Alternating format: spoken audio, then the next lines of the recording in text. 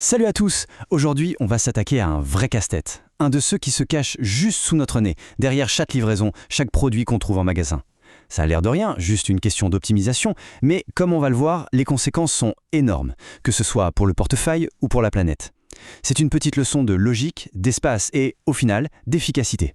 Alors, voilà la question. Le cœur du problème. Combien de cartons comme ça on peut faire tenir sur cette palette?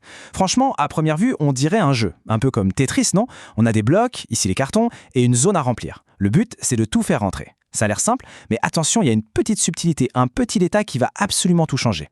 Et voilà nos deux joueurs principaux. D'un côté, le carton, et de l'autre, la palette. Le premier réflexe, ce serait quoi? Probablement de calculer le volume total de la palette, de diviser par le volume d'un carton, et hop, le tour est joué. Mais non, ce serait trop simple. C'est le piège classique. La vraie solution, elle est bien plus fine que ça. Tout est dans la manière dont leurs dimensions vont interagir. Bon, pour résoudre ce puzzle, comme n'importe quel puzzle d'ailleurs, il faut commencer par bien regarder les pièces. On va donc décortiquer les dimensions exactes avec lesquelles on va devoir jongler. Et croyez-moi, chaque centimètre va avoir son importance. Alors, pour le carton, on a d'abord une longueur de 38 cm, Ensuite, une largeur de 33 cm. Et enfin, 23 cm de haut. Voilà. 38, 33, 23. Ces trois chiffres, ce sont vraiment nos briques de base. Il faut bien les garder en tête parce que c'est la façon dont on va les agencer qui va faire toute la différence. Maintenant, passons à la palette. Sa hauteur totale, c'est 110 cm. On pourrait se dire que c'est notre limite verticale, mais j'ai bien dit « pourrait ». Car en pratique, c'est un peu plus compliqué. Oui, en théorie, parce que comme dans tout bon casse-tête, il y a une règle du jeu, une contrainte un peu cachée qui va nous forcer à revoir complètement notre calcul. Et cette règle, la voici. Elle est tirée noir sur blanc du document source.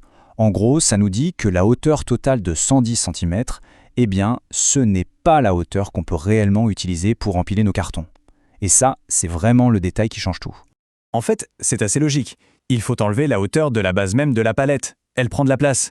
Ce qui veut dire que notre espace vertical réel, la hauteur utile pour nos cartons, ce n'est plus 110, mais bien 95 cm. Et là, oui, ça change complètement la donne. Ok, ça y est, on a toutes les pièces, on connaît les règles du jeu, la partie peut commencer. On va maintenant tester différentes stratégies.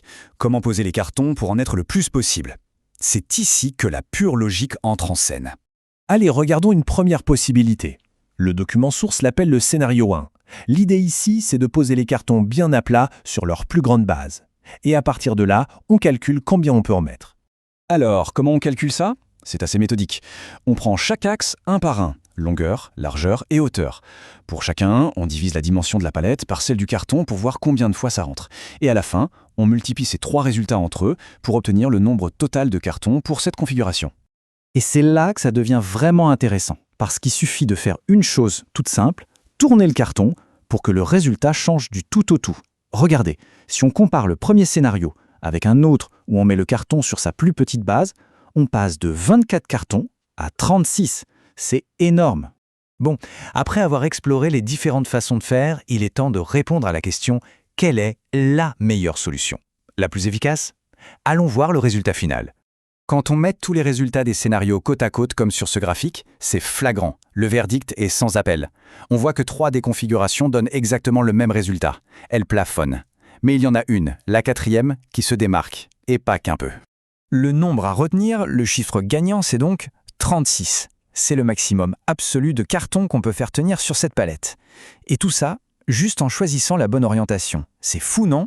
Faisons le calcul. Ça représente une augmentation de 50% de l'efficacité. 50% de plus, juste en pivotant un carton. Il faut bien se rendre compte que dans le monde de la logistique, où l'on se bat pour chaque centimètre, un gain pareil, c'est tout simplement colossal. Et attention, ce n'est pas juste un petit exercice de maths pour s'amuser. C'est le quotidien de la logistique mondiale. C'est un problème fondamental. Il existe même des formules, des tableaux standardisés comme celui qu'on voit ici pour les fameuses Europalettes, pour résoudre ce problème à grande échelle. Parce qu'au final, pourquoi est-ce que c'est si important? Eh bien, mieux remplir un camion, ça veut dire moins de camions sur les routes, donc moins de carburant. Ça veut dire des coûts qui baissent pour les entreprises. Et bien sûr, une empreinte carbone qui diminue. Il faut imaginer, chaque petit gain d'espace sur une seule palette est multiplié par des millions de palettes qui circulent chaque jour dans le monde. Alors la prochaine fois qu'un colis arrive, on pourra peut-être y penser. Pensez à toute cette optimisation invisible qui a été nécessaire pour que cet objet arrive jusqu'à nous. Derrière ce simple carton, il y a en fait tout un puzzle logistique, une partie de Tetris géante qui a été résolue à l'échelle du monde.